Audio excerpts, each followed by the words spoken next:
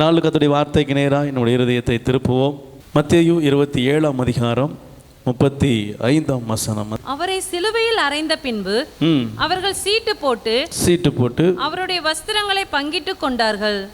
என் வஸ்திரங்களை தங்களுக்குள்ளே பங்கிட்டு என் உடையின் பேரில் சீட்டு போட்டார்கள் என்று தீர்க்கதரிசியால் உரைக்கப்பட்டது நிறைவேறும்படி இப்படி நடந்தது. அல்லேலூயா. தீர்க்கதரிசினால் சொல்லப்பட்டது நிறைவேறும்படி இப்படி நடந்தது. அல்லேலூயா. உரைக்கப்பட்ட வார்த்தை நிறைவேறும்படியாய் தேவனுடைய வாழ்க்கையிலே அந்த சம்பவங்கள் ஒவ்வொன்றாய் அவர் பிறந்ததிலிருந்து நடந்து கொண்டு வருகிறது. இந்த நாளிலும் இந்த வார்த்தை தான் இந்த நாளிலும் செய்தியின் சாராம்சமாய் இருக்க போகிறது. தீர்க்கதரிசியினால் உரைக்கப்பட்டது நிறைவேறும்படி. அல்லேலூயா. செய்தியின் தலைப்பு சிலுவையில் கிறிஸ்துவின் பரிபூர்ண கிரியை அதிசயத்திலும் அதிசயம். ஏன் அப்படி சொல்கிறேன் அப்படின்னா, ஒருவராலும் ஒரு காலமும் ஒருபோதும் செய்திட முடியாத ஒரு காரியத்தை கிறிஸ்து அந்த சிலுவையிலே செய்கிறார். ரொம்ப பெரிய ஒரு டார்கெட் அவர் கொடுக்கப்பட்டு இருக்கிறது. அவர் செய்து முடிக்க வேண்டிய மிகப்பெரிய ஒரு காரியம் அவர் கரத்தில் கொடுக்கப்பட்டு இருக்கிறது. இந்த பூமியில் பிறக்கும் பொழுதே அந்த பொறுப்போடு அவர் பிறக்கிறார். கவனிங்க, தீர்க்க தரிசனம் நிறைவேறி ஆகணும்.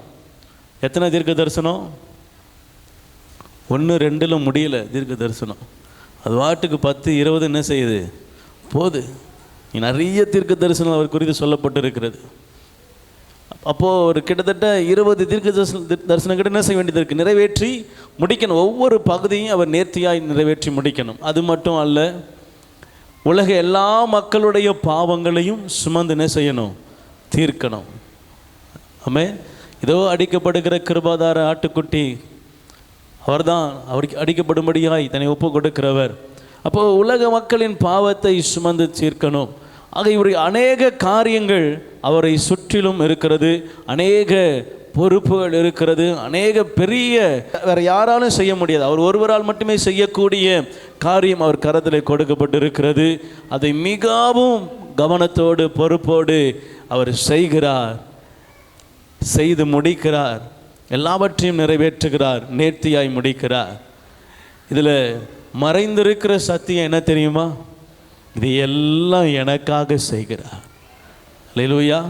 அவர் செய்கிறார். அவர் எல்லாவற்றையும் நேர்த்தியாய் முடிக்கணும், தீர்க்க தரிசனம் நிறைவேறணும், பாவத்தை சுமந்து தீர்க்கணும், எல்லாம் சரிதான்.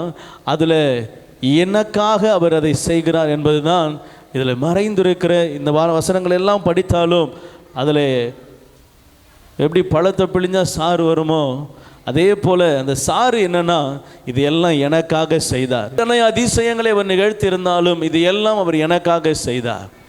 அதிசயத்திலும் அதிசயம் என்று நான் சொன்னதுக்கு காரணம் என்ன தெரியுமா? தீர்க்க தரிசனம் கிட்டத்தட்ட 20 தீர்க்க தரிசனம் கிட்ட என்ன செய்யுது? ஆமாம், அநேக காரியங்கள் அவரை குறித்து சொல்லப்பட்டு ஒவ்வொன்றையும் செய்து முடிக்கிறார். பிறப்பிலிருந்து, அவர் பிறப்பதுக்கு முன்பதாக யோவான் ஸ்நானகன் பிறப்பதிலிருந்து அவர் கடைசியாக சிலுவையிலே செய்து முடிக்க வேண்டிய அவர் சீட்டு போட்டு அவருடைய வஸ்திரத்தை பங்கிட்டு இன்னும் அநேக காரியங்கள் பின்பதாக சொல்லப்படுது. அவைகளும் அவை செய்து முடிக்க மட்டும் அவர் எல்லா தீர்க்க தரிசனங்களும் நிறைவேற்றி முடிக்கிறார். அல்லேலூயா. ஒன்று மறந்திருந்தா கூட இந்த நாளிலே அவர் இறந்துட்டார், அவர் உயிர் தழலை, அவருடைய தீர்க்க தரிசனம் இது நிறைவேறலை, இது பொய்ன்னு என்ன செஞ்சிருவாங்க? ஒரே வார்த்தையில் சொல்லி முடிச்சிருவாங்க. ஆனால் எல்லாருடைய நாவுகளை அடக்கும்படியாக எந்த ஒரு வரலாற்று ரீதியிலும் எதுலேயும் ஒரு குறை கூட வைக்கல. எல்லா தீர்க்க தரிசனமும் நிறைவேறி முடிந்து விட்டது. அல்லேலூயா.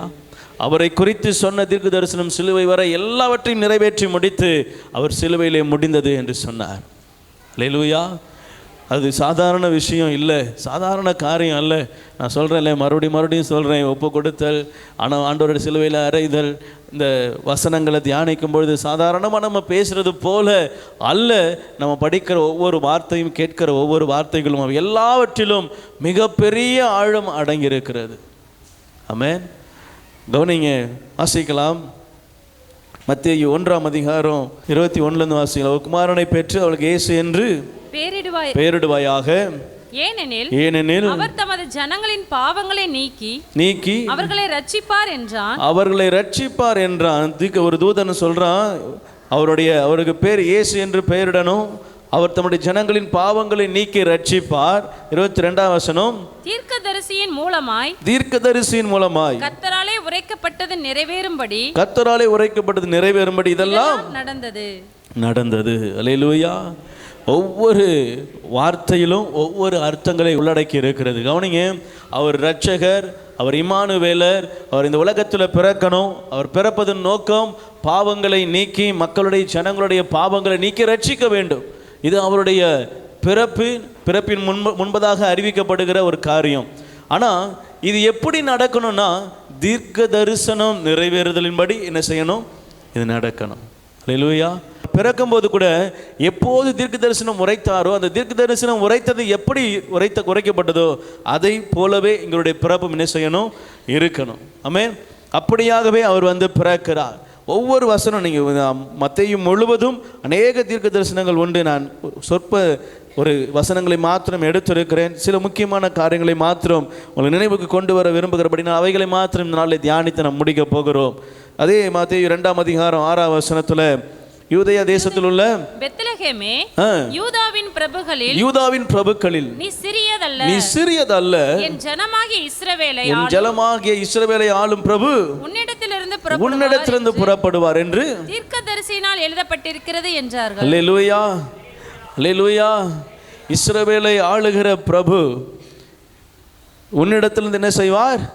புறப்படுவார். யூதேயாவே, உன்னிடத்திலிருந்து புறப்படுகிறவர், அவர் மிகவும் பெரியவர், இஸ்ரவேலை ஆளுகிறவர்.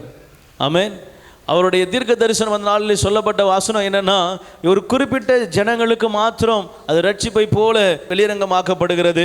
ஆனாலும் அவர் யூதா வம்சத்தில் பிறந்து யூதேயாவில் இருக்கிற ஜனங்களுக்கு, யூத ஜனங்களுக்கு மாத்திரம் அவர் வெளிப்பட போகிறார் என்று சொல்லி அந்த நாட்களிலே எதிர்பார்த்திருந்த யூதர்களுக்காக இந்த தீர்க்க தரிசனம் நிறைவேறும்படியாய் அந்த குறிப்பிட்ட ஜனங்களுக்காக தீர்க்க தரிசனம் செஞ்சுச்சு, நிறைவேறுதலாய் முடிந்தது. அல்லேலூயா. இன்னொரு இடத்துல அவர் எகிப்திலிருந்து வர வைக்கப்படுவார் அப்படின்றதுக்காக மத்தேயு 2:15 ஏரோதின் மரண பரியந்தம் அங்கே இருந்தார். எகிப்திலிருந்து என்னுடைய குமாரனை வரவழைத்தேன் என்று தீர்க்கதரிசியின் மூலமாய் கர்த்தரால் உரைக்கப்பட்டது நிறைவேறும்படி இப்படி நடந்தது. அல்லேலூயா. கவனிங்க, ஒரே அதிகாரம் தான். இன்னொரு காரியங்கள் இருக்கிறது. அதில் கூட ஒரு இடத்துல அவரை கொல்றதுக்கு வகை தேடுறாரு. 2 வயது ஆகிற குழந்தைகளோட என்ன செய்யணும்? கொள்ளுங்கன்னு சொல்லி ஆர்டர் போட்டதுக்கு அப்புறம் இவரை மீண்டும் என்ன செய்ய எகிப்துக்கு கொண்டு போகிறாங்க. இப்போது அந்த சூழ்நிலை ஏன் உருவாகுது அப்படின்னா, தீர்க்க தரிசனம் நிறைவேறணும். அல்லேலூயா, அல்லேலூயா.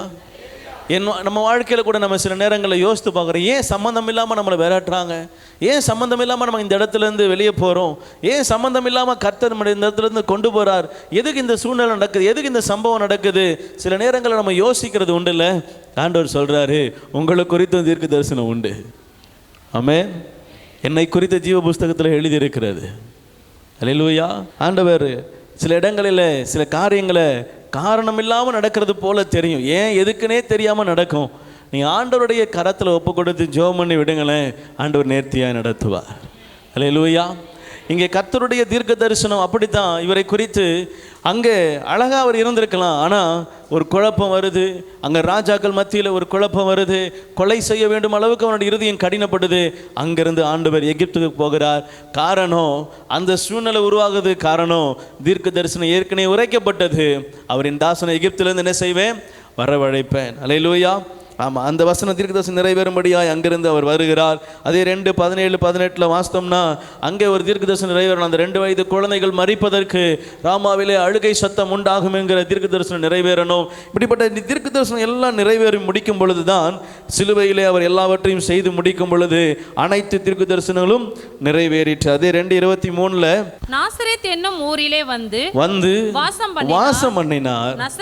நசரேயர் எனப்படுவார் என்று தீர்க்க தரிசனால் உரைக்கப்பட்டது நிறைவேறும்படி இப்படி நடந்தது. அல்லேலூயா. கவனிங்க, ஒவ்வொரு ஸ்டெப்பும் அவர் கரெக்டாக செய்கிறார். முதல்ல பிறந்ததிலிருந்து அவர் எகிப்து, பிற்பதாக நசரேயர், இன்னும் அநேக காரியங்களை அவர் என்ன செய்கிறார்? கரெக்டாக அவருடைய தீர்க்க தரிசனம் எப்படிலாம் நிறைவேற்றோ அவருக்கு ஒரு ரூட் போட்டு கொடுத்துருக்கிறார் ஆண்டவர். அதே ரூட்டில் என்ன செய்கிறார்? போகிறார். இந்த வழியில், இந்த ரூட்டில் வந்தால் தான் உங்களையும் என்னையும் அவர் ரட்சிக்க முடியும். அல்லேலூயா. ஆமென். இதில் ஒரு பெரிய சத்தியம் என்ன தெரியுமா? அவருக்கே ஒரு ரூட் இருந்துச்சு. அல்லேலூயா. இப்படித்தான் போகணும், இந்த பாதையில் தான் நடக்கணும், இந்த சூழ்நிலைக்குள்ளே தான் போகணும், இப்படித்தான் இருக்கணும், இதை விட்டு மாறி போக முடியாது. பிதாவே, இந்த பாத்திரம் என்னை விட்டு நீங்க கூடுமானால், சொன்னாலும் ரூட்டு மாறாது, அதே ரூட்டு தான். ஆனாலும் ஏன் சித்தப்படி அல்ல, சித்தப்படி. அல்லேலூயா, ஆமென், அல்லேலூயா. கவனிக்கிறவங்க, நான் அப்படியே அங்கே போயிட்டு அப்படியே உங்களுக்குள்ளேயும் வருவேன், அப்படி திருப்பி அங்கேயும் வசனத்துக்கு போவேன், திருப்பி உங்கள் கிட்டேயும் வருவேன். அல்லேலூயா. உங்ககிட்ட வரும்போது உங்களை நீங்களே ஆராய்ந்து பார்க்கணும், அந்த பக்கம் போகும்போது வசனத்துக்கு வந்துடணும். ஆமென், அல்லேலூயா. கர்த்தர் நல்லவர். இப்போ உங்ககிட்ட வரேன். நமக்கு சில நேரங்களில் கவலை, கண்ணீர், கஷ்ட வழியாக போவோம்ல, ஏன்னு கேட்கக்கூடாது, கேட்காதீங்க. ஏன்னா அவருக்கு தெரியும் நீங்கள் கண்ணீர் பாதையில் போகிறீங்க அப்படின்னு. அவருக்கு தெரியும் நீங்கள் பள்ளத்தை நோக்கி போகிறீங்க அப்படின்னு. அவருக்கு தெரியும் நீங்கள் கரடான பாதையில் நடக்கிறீங்க, உங்கள் கால்களில் கடினமான காரியங்களை நீங்கள் தாண்டுறீங்க. அவருக்கு தெரியும். சில இடங்களில் உங்களுடைய விசுவாசம் சோதனைக்கப்படுவதற்காகவும் அவர் அந்த இடத்துல உங்களுக்கிட்ட கிரியை செய்து உங்கள் விசுவாசத்தை பெருக செய்யும்படியாகவும் சில காரியங்கள் அனுமதிக்கப்படுகிறது. கிறிஸ்துவுக்கே அது அனுமதிக்கப்படுமானால் நமக்கு அது அதிக நிச்சயம். அல்லேலூயா. கிறிஸ்துவே பாடுகள் வழியாக போய் தான் என்ன செய்திருக்கிறார். அவருக்கு வைத்திருக்கிற வழிகள், அவருடைய வைக்கப்பட்ட காரியங்களை அவரை தாண்டி அதை ஜெயித்து தான் அடுத்த காரியத்துக்கு நேரம் என்ன செஞ்சிருக்கிறார், போயிருக்கிறார். இப்போ நமக்கு ஒரு முன்மாதிரியை காட்டி சென்றிருக்கிறார். இப்படித்தான் வாழணும், இப்படித்தான் இருக்கும். ஒருவேளை இப்படிப்பட்ட சூழ்நிலைகள் வரலாம், காத்திருங்கள், ஜெபிங்க, ஆண்டவர் சமூகத்தில் காத்திருங்க, வார்த்தைக்கு காத்திருங்க, கர்த்தருடைய கிரிகளுக்கு காத்திருங்க. கர்த்தர் உங்களுக்கு செய்யும் மட்டும் அவர் சமூகத்தில் அமர்ந்திருங்க, பொறுமையாக அவருடைய பாதத்தில் தரித்திருங்க. ஆண்டவர் நிச்சயம் செய்வார். அல்லேலூயா. வழிகள் தாறுமாற போகும்போது, இல்லை வழிகள் கடினமாகும் பொழுது யோசிக்காதீங்க, கர்த்தர் சமூகத்தில் உடனே அமருங்க. அல்லேலூயா. ஆமாம், ஐயா ஒரு அடி சாட்சி சொல்லும்போது சொன்னாங்க, விழும்போது இயேசுவே அப்படின்னு கீழே விழுந்தாங்களாம். அல்லேலூயா. எப்படி விழுந்தாங்களாம்? நீங்கள் உண்மையிலேயே எந்த ஒரு காரியத்திலும் இயேசுவே இயேசுவே அப்படின்னு என்ன செய்யுங்க, கூப்பிடுங்க. ஆமென். எனக்கு தெரிஞ்ச ஒரு அண்ணன் கூட பயங்கர ஆக்சிடெண்ட், உயிர் பிழைக்க வாய்ப்பே இல்லை. ஆனால் அவர் விழும் பொழுது இயேசுவேன்னு விழுந்தார். வண்டி எங்கேயோ போய் அடிபட்டு நொறுங்கி கிடக்குது, இவர் இங்கே ஏஞ்சி நின்று தூசி தட்டிட்டு இருக்கிறார். அல்லேலூயா. அவருக்கு பின்னாடி நானும் வண்டியில் வந்துட்டுருக்கிறேன். நான் அடித்த பிரேக்குக்கு நானும் விழுந்திருக்கணும், ஆனால் நானும் விழலை. கிருபை. இயேசுவே நீங்கள் கூப்பிட்டீங்கன்னா அவர் நிச்சயம் பாதுகாப்பார். அல்லேலூயா. ஆமாம், விழுந்து ஏன் சொன்னாங்களா, நான் விழுந்த நேரத்துக்கு என்னத்துக்கு ஏகப்பட்ட அடிபட்டிருக்கணும், ஆனால் ஆண்டவர் என்னை பாதுகாத்தார், சிறு காயத்தோடு பாதுகாத்தார். அல்லேலூயா. கவனிங்க, உங்களுக்கு என்னையும் சொல்ல சொன்னால் நிறைய சொல்லுவோம். ஏன் ஆண்டவரோட காரியத்தை அனுமதிக்கிறார்? சில நேரங்களில் சில காரியங்கள் நம்மை சோதிக்கும்படியாக என்ன செய்யப்படுகிறது, அனுமதிக்கப்படுது. நான் ஏன் 3வது மாடியிலேருந்து கீழே விழணும்? நான் ஏன் விழணும்? ஏன் ஊருக்கு போகணும்? ஏன் அங்கே போய் பட்டம் விடணும்? ஏன் அங்கே போய் எனக்கு தான் சூடாக நடந்து சேராதுன்னு தெரியும், நான் எதுக்கு அங்கே மேலே மாடியில் போய் படுக்கணும்? கீழே என்ன செஞ்சிருக்கலாம், தண்ணி ஊற்றி படுத்துருக்கலாம். சில காரியங்கள் அனுமதிக்கப்படுகிறது, சில காரியங்கள் நம்மை அறியாமல் நடக்கிறது, சில காரியங்கள் நம்மை அறிந்து என்ன செய்கிறது, நடக்கிறது. கவனிங்க, எப்படி இருந்தாலும் கர்த்தருடைய காரியம் கிரியை அப்படி இருக்குமானா, கர்த்தருடைய சித்தம் அப்படி இருக்குமானா, அது நம்முடைய வாழ்க்கையில் நடக்கும் பொழுது அது கடினமாக இருந்தாலும் அது கர்த்தர் சமூகத்தில் அமர்ந்து அதில் என்ன செய்யுங்க, உங்கள் இருதயத்தை ஊற்றி விடுங்க. அவர் அதில் அந்த காரியங்களில் உங்களுக்கு என்ன செய்யணுமோ, உங்கள் இருதயத்துக்கு எப்படி பேசணுமோ, அவர் உங்கள் இருதயத்தை எப்படி நடத்தணும், அப்படி நடத்த வல்லவர். அல்லேலூயா. இயேசு கிறிஸ்துமே அந்த மாடல் தாங்க காமிச்சாரு. அவர் இருதயத்தால் தாங்க முடியல, ஆண்டவரே இப்படி ஒரு சிலுவையை நான் சுமக்கணுமா, இப்படி ஒரு அவமான சின்னத்தை நான் சுமக்கணுமா, இப்படிப்பட்ட ஒரு வேதனையை நான் படணுமா? அவர் முந்தின நாள் நைட்டே, அடுத்த நாள் நைட்டு வரைக்கும் நான் நடக்க போகிற எல்லாத்தையும் அவர் கண்ணோட்டமாக ஓடுது. அவர் கண்களில் திரை போல பார்க்குறார். இப்படி அடிக்கிறதையும், இப்படி கொட்டுறதையும், இப்படி நம்மளை சித்திரவதை செய்கிறதையும் அவர் முன்பதாகவே முந்தின நாளே கெத்செமனேல பார்க்குறார். அதனால தான் அவர் வேர்வை இரத்த வேர்வையாய் சிந்தினாலும் அந்த வழியில் தான் நடந்தாரே தவிர வேற பாதையை மாற்றலை. அல்லேலூயா. மாற்றுவதற்கு அநேக வழிகள் இருந்தது. பேதுரு ஒரே வெட்டா வெட்டி காதை ரெண்டா அறுக்கிறான். பார்க்குறவங்கெல்லாம் கொஞ்சம் பயந்துருப்பான். அந்த பயத்தை வைத்து சில காரியங்களை மாய்மாலத்தை காட்டி என்ன செஞ்சிருக்கலாம், தேவன் அங்கேருந்து தப்பிச்சு போயிருக்கலாம். அவரை கொல்ல வரும்பொழுது அவர் மறைந்து போனார்னு வசனம் இருக்கே, அவர் மறைந்து போயிருக்கலாம். அவர் பேதுரு வெட்டின காதை எடுத்து ஒட்ட வச்சுட்டு சொல்கிறாரு, நான் இப்போ வேண்டி கொண்டா 12 லேகியோனுக்கு மேலே தேவதூதர்கள் இறங்கினாங்கன்னா இங்கே ஒருத்தன் உயிரோடு இருப்பானா? அது என்னால் செய்ய முடியாதுன்னு நினைக்கிறியா? அதை செய்வதற்காக வரலை, நான் மறிப்பதற்காகவே இந்த உலகத்துக்கு என்ன செய்தேன், வந்தேன். அல்லேலூயா. அவர் உங்களுக்காக எனக்காக கிரியை செய்ய வல்லவராக இருக்கிறார். அவர் கரத்தில் மட்டும் நம்மளை விட்டு கொடுத்துட்டோன்னா, அவர் வழியில் மட்டும் நம்மளை அர்ப்பணிச்சிட்டோன்னா, அவர் செய்கிற காரியங்களுக்கு நம்ம ஒப்பு கொடுத்துட்டோம் அப்படின்னா, அவர் நடத்துகிற விதம் ஆச்சரியத்துக்கு மேலே ஆச்சரியமாக இருக்கும். அல்லேலூயா, அல்லேலூயா. நடத்த வல்லவருடைய கரத்தில் நம்ம அர்ப்பணிப்போம். இங்கே கவனிங்க, ஆண்டவர் தன்னுடைய தீர்க்க தரிசனக்காக எல்லாவற்றையும் நிறைவேற்றியவர் நசரேயன் எனப்படுவார். மத்தேயு 8:17 வசனத்தில் அவர் தாமே நம்முடைய பலவீனங்களை ஏற்றுக்கொண்டு நம்முடைய நோய்களை சுமந்தார் என்று ஏசாயா தீர்க்கதரிசியினால் உரைக்கப்பட்டது நிறைவேறும்படி இப்படி நடந்தது. அல்லேலூயா. முடிஞ்சா இந்த வசனத்தை ஒரு பிரிண்ட் அவுட் அடித்து நல்லா பெருசாக கொட்டை எழுத்தில் போட்டு ஒரு லேமினேஷன் பண்ணி உங்கள் வீட்டில் என்ன செய்யுங்க, மாட்டுங்க. அல்லேலூயா, அல்லேலூயா. காலையில் எந்திரிச்ச உடனே உங்கள் கண்களில் இந்த வசனம் படுற மாதிரி மாட்டுங்க. அவர் தாமே நம்முடைய பலவீனங்களை ஏற்றுக்கொண்டு நம்முடைய நோய்களை சுமந்தார் என்று ஏசாயா தீர்க்கதரிசி மூலமாய் சொல்லப்பட்டது நிறைவேறும்படி அவர் எனக்காக எல்லாவற்றையும் செய்து முடித்தார். அல்லேலூயா. அவர் எல்லாவற்றையும் செய்து முடிக்கிறார். வசனம் அழகா சொல்லுது, என்னுடைய பலவீனங்களை ஏற்றுக்கொண்டா, என் நோய்களை சுமந்து கொண்டா. இனி என் வாழ்க்கையில் பலவீனம் அல்ல, நோய்கள் அல்ல, வந்தாலும் அவர் சுகமாக்குவார். இந்த விசுவாசம் வளரணும், இந்த விசுவாசம் நமக்குள்ள பெருகணும். அவர் தீர்க்கதரிசியின் உரைத்ததுபடி அன்றைக்கு செய்து முடிக்கிறது மாத்திரம் அல்ல, நம்ம வாழ்க்கையில் அது வரக்கூடாது என்பதற்காகவும் அதை செய்து முடித்தார். அல்லேலூயா, அல்லேலூயா. ஒரு வைராக்கியத்தோடு நம்ம அவருடைய சமூகத்தில் என்ன செய்யணும்னா, எல்லாவற்றிற்காக அவரை பிடித்து கொண்டு ஆழமாய் அவரை சார்ந்து கொண்டு நம்ம இடத்துல காணப்படும் பொழுது ஆண்டவர் சொல்கிறாரு, இந்த வசனத்தை நம் வாழ்க்கையில் அவர் நிறைவேற்ற போதுமானவராக இருக்கிறார். அன்னைக்கு தீர்க்க தரிசனம் நிறைவேறுவதற்காக நிறைவேற்றினார்.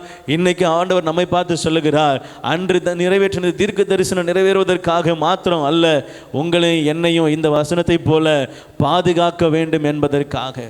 அவருடைய ரத்தம் சிந்தப்பட்டது தீர்க்க தரிசனம் நிறைவேற வேண்டும் என்பதற்காக மாத்திரம் அல்ல, எனக்காக அவருடைய ரத்தம் சிந்தப்பட்டு என்னுடைய பாவங்கள், என்னுடைய சாபங்கள், என்னுடைய நோய்கள் நீங்கும்படியாய் கிறிஸ்து எனக்காக சிலுவையில் சாபமானார். எனக்காக அவர் ரோகங்களை ஏற்றுக்கொண்டார். எனக்காக எல்லாவற்றையும் செய்து முடித்து விட்டார். தீர்க்க தரிசனத்தையும் நிறைவேற்றி முடித்தார். அல்லேலூயா. கர்த்தர் நல்லவர். லூக்கா 24 27-44 2 வசனங்களை வாசித்து நம்ம முடிக்க போகிறோம். மோசே முதலிய சகல தீர்க்கதரிசிகளும் எழுதின வேத வாக்கியங்கள் எல்லாவற்றிலும் தம்மை குறித்து சொல்லியவைகளை அவர்களுக்கு விவரித்து காண்பித்தார். 44 அவர்களை நோக்கி மோசேயின் நியாயப்பிரமாணத்திலும் தீர்க்கதரிசிகளின் ஆகமங்களிலும் சங்கீதங்களிலும் என்னை குறித்து எழுதியிருக்கிறவைகளை எல்லாம் நிறைவேற வேண்டியதென்று நான் உங்களோடு கூட இருந்த பொழுது உங்களுக்கு சொல்லிக் கொண்டு வந்த விஷயங்கள் இவைகளே. கவனிங்க, அவருடைய கூட இருக்கிற சீஷர்களுக்கு அவர் சொல்றாரு, எங்கெல்லாம் என்னை பற்றி சொல்லப்பட்டிருக்கிறது, மோசே முதலா என்னை பற்றி என்ன செய்யப்பட்டிருக்கிறது, சொல்லப்பட்டிருக்கிறது. மோசேயின் நியாயப்பிரமாணங்களிலும் தீர்க்கதரிசிகளின் ஆகமங்களிலும் சங்கீதங்களிலும் என்னை குறித்து எழுதியிருக்கிறவைகளை நான் என்ன செய்யணும், நிறைவேற்றி முடிக்கணும். ஆண்டவரை குறித்து பழைய ஏற்பாட்டில் எங்கெங்கெல்லாம் எழுதப்பட்டு இருக்கிறது என்று சொல்லி அவங்களுக்கு காண்பித்து கொடுக்கிறார். 27 வசனத்தில் காண்பித்து கொடுக்கிறார். இவைகள் எல்லாம் என்னை குறித்து எழுதப்பட்டு இருக்கிறது, இவைகளெல்லாம் நான் நிறைவேற்றியே ஆக வேண்டும், இவைகளெல்லாம் என்னால் மட்டுமே நிறைவேற்றப்பட வேண்டியவைகள், இவைகள் நான் நிறைவேற்றியே ஆகணும். காரணம் என் ஜனங்களுக்காக, என் பிள்ளைகளுக்காக, என் மக்களுக்காக, இந்த உலகத்திலே நான் படைத்த என்னுடைய ஜனங்களுக்காக நான் இதை நிறைவேற்றி ஆக வேண்டும். அல்லேலூயா. ஆண்டவர் நம்மை பார்த்து சொல்லுகிறார், நீங்களும் நானும் தான் அவருடைய சொந்த ஜனமாக இருக்கிறோம். அல்லேலூயா. உங்களுக்காக அவர் எல்லாவற்றையும் செய்து முடிக்க அவர் ஆயத்தமாகி அவர் எல்லாவற்றையும் செய்து முடித்து விட்டார். நாம் இனி அந்த பழைய காரியங்களுக்கு அடிமையானவர்கள் அல்ல. ஆமென். அல்லேலூயா. நம்ம இடத்துல விசுவாச வார்த்தைகள் இன்னும் அதிகமாய் காணப்பட வேண்டும். முன்பு வரைக்கும் நம்ம எப்படி வேணாலும் பேசியிருந்திருக்கலாம், எப்படி வேணாலும் சொல்லியிருந்திருக்கலாம், எப்படி வேணாலும் நினச்சிருந்திருக்கலாம். ஆனால் வசனத்தை வாசித்து வேதத்தை அறிந்து வேத ஞானம் நமக்குள்ளே வந்த பிற்பாடு, வசனத்தின் தெளிவு நமக்குள்ளே வந்த பிற்பாடு, சத்தியத்தை கேட்டு நம்ம தேவனுடைய பிள்ளைகள் என்று அறிந்த பிற்பாடு நம்ம என்ன செய்யக்கூடாது அப்படின்னா, மீண்டும் என்னுடைய பழைய வாழ்க்கையவே நினச்சி பார்க்கக்கூடாது, மீண்டும் என்னுடைய பழைய கிரியைகளையே நினச்சி பார்க்கக்கூடாது, மீண்டும் என்னுடைய பழைய தோற்றுப்போன காரியங்களையே என்ன செய்யக்கூடாது, நினைச்சு பார்க்கக்கூடாது. மாறாக அவைகளை மாற்ற என் தேவன் இப்பொழுது என் கூட இருக்கிறார், நான் இழந்த எல்லாவற்றையும் திரும்ப எனக்கு கொடுப்பாருங்கிற விசுவாசம் நம்ம கூட என்ன செய்யணும், பெருகணும். ஆமென். அவர் உங்களுக்காக எனக்காக தானே செய்தார். அல்லேலூயா. அவர் சிலுவையில் எல்லாவற்றையும் செய்து முடித்ததுக்கு காரணம் என்ன, நீங்களும் நானும் நல்லா இருக்க வேணும் அப்படின்னு தானே, அப்படி தானே அவர் நினைச்சார், அப்படி தானே, அதுக்காக தானே உயிரியே கொடுத்தார், ஜீவனை கொடுத்தார். கவனிங்க, இப்போ நான் உங்கள் கையில் ஒரு கடினமான ஒரு மேக்ஸ், ஒரு பெரிய கடினமான ஒரு கணக்கை உங்கள் கையில் கொடுக்குறேன். அதே நேரத்தில் ஒரு கடினமான ஒரு பெரிய பாரத்தை உங்கள் மேலே வைக்கிறேன். உங்களால் எதை செய்ய முடியும்? பாரத்தை தூக்கிக்கிட்டே நீங்கள் அந்த கடினமான கணக்கை போடணும், முடியுமா? ஒரு 60லேருந்து 100 ஒரு 200 கிலோ மூட்டையை உங்கள் முதுகில் வைக்கிறேன். நின்றுட்டே தான் இருக்கணும், உட்காரக்கூடாது, நின்றுட்டே இருக்கணும். ஒரு 200 கிலோ மூட்டை உங்கள் இருதயத்தில் உங்கள் முதுகு மேலே வைக்கப்படுது. நீங்கள் குனிஞ்சு பார்க்கும்போது உங்களுக்கு ஒரு கடினமான கணக்கு, கிட்டத்தட்ட ஒரு 50 பக்கம் 100 பக்கம் போகிற மாதிரி ஒரு கணக்கு இருக்குது. அந்த கணக்கு அப்படி போட்டால் தான் அதோடைய ஆன்சர் வரும். அப்படி ஒரு கணக்கு உங்ககிட்ட கொடுக்குறேன். நீங்கள் அந்த 200 கிலோ பாரத்தை தூக்கிக்கிட்டு அந்த கணக்கை உங்களால் செய்து முடிக்க எவ்வளோ நேரம் ஆகும்?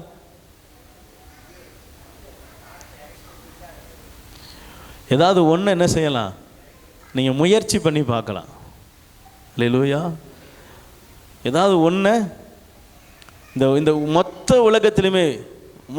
உலகத்திலையுமே ஒரே ஒருத்தரால் தான் அந்த கணக்கை சால்வ் பண்ண முடியும். அப்படின்னா அந்த ஒரு நபர் யாருன்னு தெரியறதுக்கு பல கோடி வருஷம் ஆகும், பல வருஷம் ஆகும்.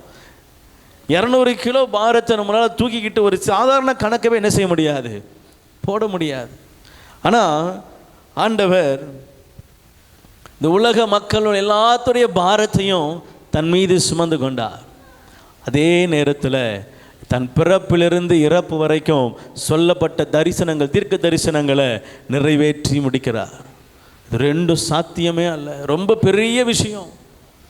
தீர்க்க தரிசனங்கள் நிறைவேறுவது, அதை நிறைவேற்றுவது ஏதோ அவர்கள் சொன்ன வார்த்தையை வைத்து அப்படியே ஒரு கதை எழுத, அப்படி அல்ல.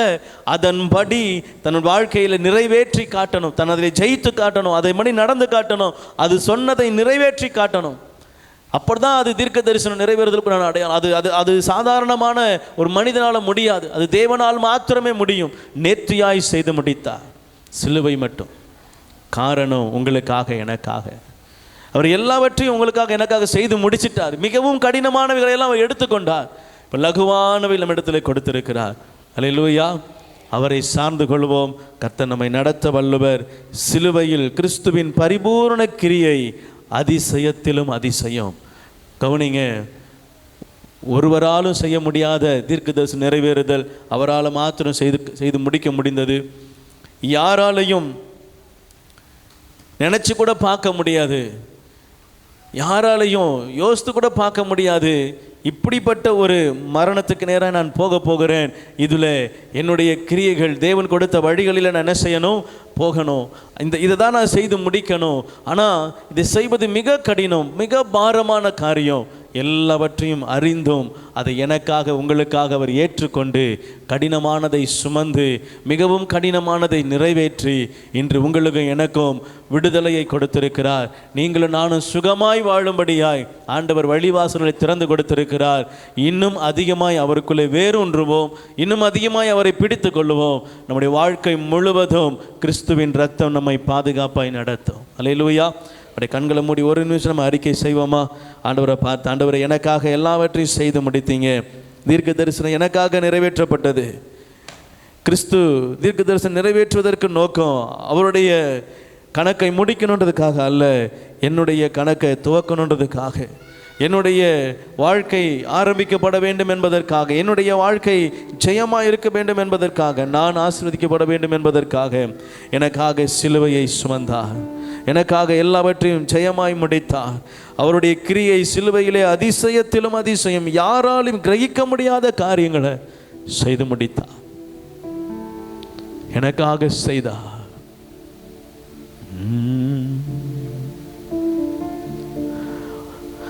நான் எனது பிள்ளைக்கு நல்ல ஈவை கொடுக்கிறேன், பரமபிதாதை பார்க்கிலும் கொடுத்திடுவாரே. நான் எனது பிள்ளைக்கு நல்ல ஈவை கொடுக்கிறேன், பரமபிதாதை பார்க்கில் கொடுத்திடுவாரே. நினைப்பதற்கும் ஜெபிப்பதற்கும் அதிகமாக தருபவரே. நினைப்பதற்கோ நான் ஜெபிப்பதற்கோ அதிகமாக தருபவரே. எனக்காகவே யாவையும் செய்து முடித்தே, நன்றி நன்றி ஐயா.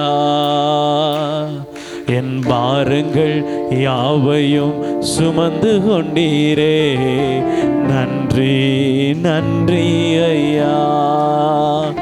எனக்காகவே யாவையும் செய்து முடித்தே, நன்றி நன்றி ஐயா. என் பாவங்கள் யாவையும் சுமந்து கொண்டீரே, நன்றி நன்றி ஐயா. நல்ல தகப்பனே, உங்க கரத்தை ஒப்பு கொடுக்கிறேன். ஆண்டவரே, எனக்காக சிலுவையில் ஆண்டவரே தீர்க்க தரிசனம் நிறைவேற்றும்படியாக மாத்திரம் அல்ல, என்னுடைய வாழ்க்கையை நிறைவேற்றும்படியாய், என்னுடைய வாழ்க்கையை முன்னேற்றும்படியாய், நான் ஜீவனோடு காணப்படும்படியாய் எனக்காக எல்லாவற்றையும் செய்து முடித்து உமக்கு நன்றி சொல்லுகிறோம். ஒவ்வொரு இருதயத்திலும் ஆழ வார்த்தைகள் பதிக்கப்படுவதாக, ஏற்ற சமயத்தில் 100 மடங்கு பலனை கொடுக்கும்படியாய் ஜெபிக்கிறேன். கிருபை கூட இருக்கட்டும். இயேசுவின் நாமத்தில் நல்ல பிதாவே, ஆமென்.